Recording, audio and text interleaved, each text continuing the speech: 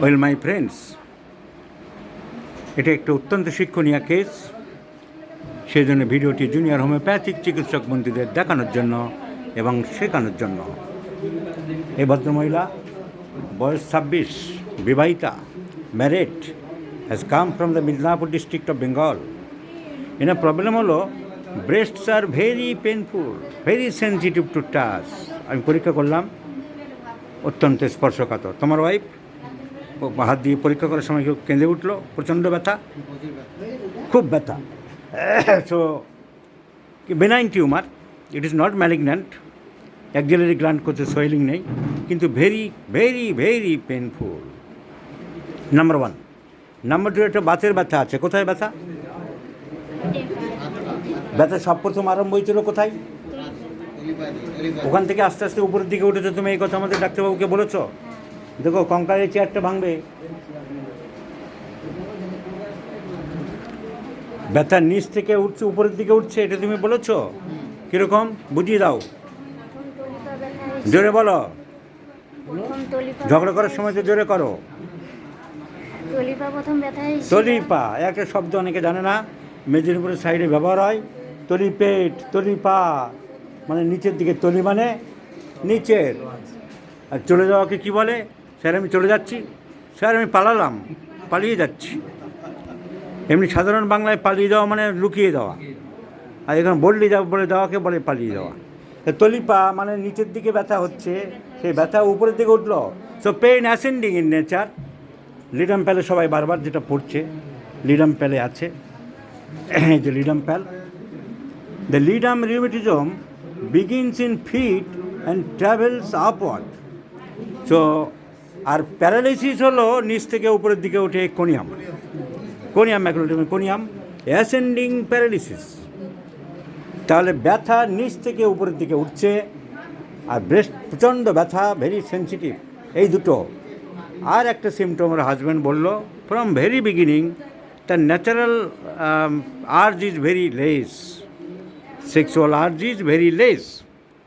So what is called frigidity, frigid. Sexual urge ছেলেদের ক্ষেত্রে কম বেশি থাকতে পারে, কিন্তু সবারই কম বেশি থাকে, একেবারে ফ্রিজিড হয় না, খুব কম। কিন্তু মেয়েদের একটা আলাদা রোগ হয় যে কারুর কারুর একেবারে টোটাল লস মেন্টালি কোনো ফিলিংসই থাকে না, তাকে বলা হয় ফ্রিজিড, FRIGD or frigidity. So this is a peculiar disease in case of males. She becomes total sexless, feelingless or frigid. It is called frigid. সে হয়তো দেখতে সুন্দরী মহিলা, তাকে দেখলে অনেক পুরুষ তাকে ভালো লাগে, কিন্তু না, তার নিজের কোনো ফিলিংস নেই। This is called frigid. So this lady is frigid and pain in the breasts and rheumatic pain begins from upwards. কিন্তু এই বাতের ব্যথাটা ও জানালো পাটা উঁচু করে রাখলে আরাম লাগে। এই কথা তুমি বলেছো? দেখিয়ে দাও কীভাবে। পা তুলে রাখলে আরাম লাগে। রেপার্টরিতে এই রুব্রিক আছে, অনেকেই জানে না, আমি শুধু শিখিয়ে চলেছি। আজ পর্যন্ত কোথাও কাউকে শেখাতে দেখিনি, আমি প্র্যাকটিক্যালি অ্যাপ্লিকেশন করে পেয়েছি উপকার, তারপর থেকে সবাইকে শেখাচ্ছি।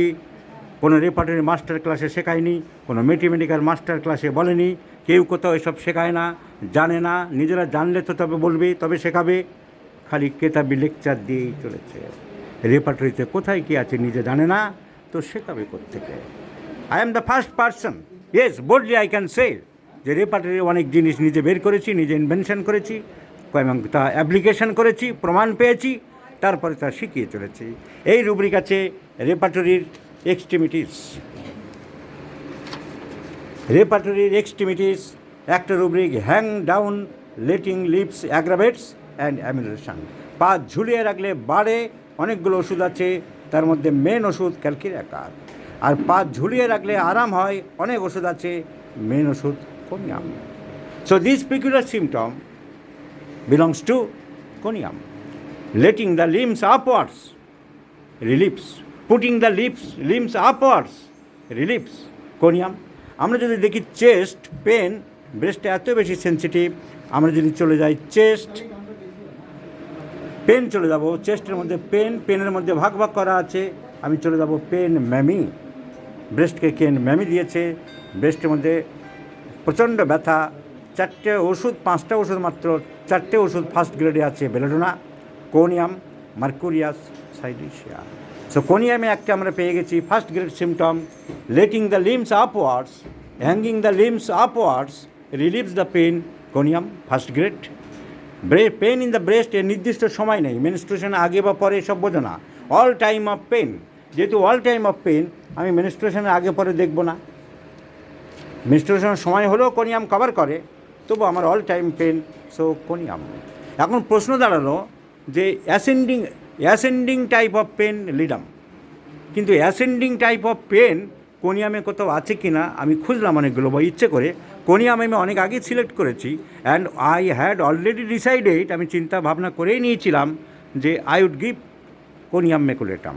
কিন্তু তবু আমি দেখার জন্য অবাক কাণ্ড, সারপ্রাইজিংলি এনাফ কোনো রেপার্টরিতে বইতে পেন অ্যাসেন্ডিং রুব্রিকটাই দেয়নি।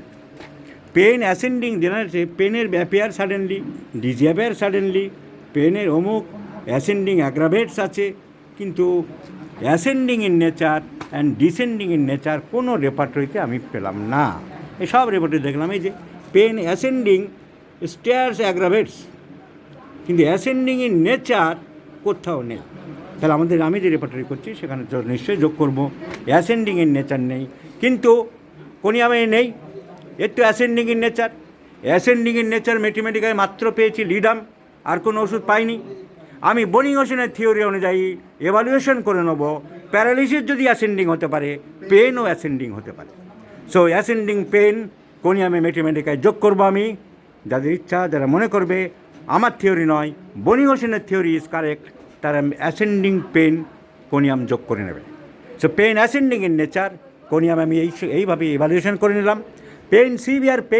severe aching pain in the both breasts, conium. Pain in the limbs, relieved by putting the limbs, conium maculatum. কিন্তু কোনিয়ামে সবসময় বলছে যে আর্জ, আমি শব্দটা বারবার ব্যবহার করছি না, খারাপ লাগে আমাদের যারা ডাক্তার বন্ধুরা যারা দেখছে, যে ন্যাচারাল আর্জ ইজ ইনক্রিজড কোনিয়ামে। পুরুষদের ক্ষেত্রে তো আছে, মেয়েদের ক্ষেত্রে অত বলা নেই, কিন্তু আর্জ ইনক্রিজড, পুরুষদের থাকতে পারে, মহিলাদেরও হতে পারে, কিন্তু এর তো আর্জ নেই, নীল, তাহলে কি কোনিয়াম হবে? আমি সেটাও অনেক বইয়ে দেখলাম যে মেয়েদের সেক্সুয়াল সিমটমস ফিমেল কোথাও কিছু কোনিয়ামের সম্বন্ধে বলেছে কি না, সব বই অ্যালেনা এনসাইক্লোপিডিয়া থেকে কেন্ট সমস্ত বই দেখলাম, কোথাও কিন্তু বলা নেই। আমি এটাকেও এইভাবে ইন্টারপ্রিটেশন করে নিতে পারি, ফ্লোরিক অ্যাসিডের সিমটম দিয়ে, ফ্লোরিক অ্যাসিডে আর্জ ভেরি ভেরি হাই, কখনো কখনো মোটেই থাকে না।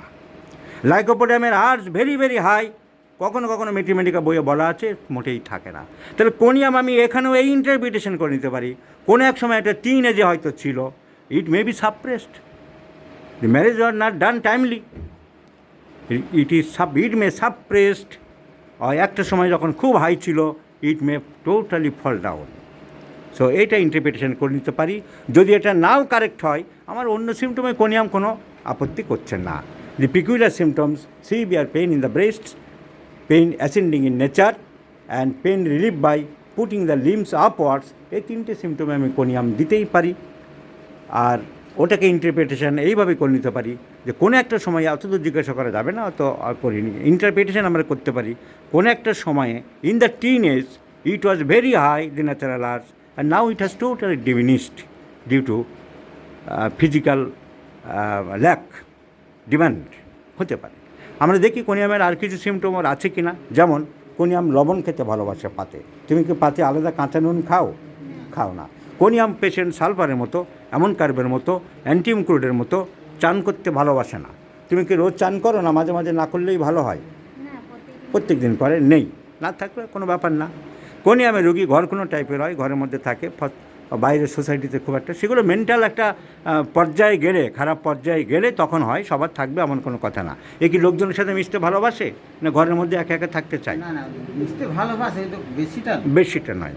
যাই হোক, যে সিমটমগুলো আমরা বললাম, কোনিয়াম মাথা ঘোরে, কখনো মাঝে মাঝে মাথা ঘোরে, তো কোনিয়ামের ভার্টিগো একটা মেন সিমটম থাকে, তো সেটা পাওয়া গেল। তো conium is the selected medicine my friends. আমি এখন খুব কোচিং করে এসেছি, খিদেও পেয়েছে, আমি চাইছিলাম না ভিডিও দিতে, কিন্তু এই গণেশবাবু পেশেন্ট নিয়ে আসে, এই জোর করে ভিডিও না দিলে ও ছাড়বে না আমাকে, বাধ্য আমাকে এই ভিডিওটা দিতে হলো। আর গণেশবাবুর জন্য সবাই ভিডিওটা পেলে গণেশবাবুকে ধন্যবাদ জানাও, তার কারণ আমি দিতে মোটেই চাইছিলাম না, ক্ষুধার্ত অবস্থায় আছি আমি। তোমাদেরকে অসংখ্য ধন্যবাদ, তোমার ওয়াইফকে সুস্থ করে দেবো।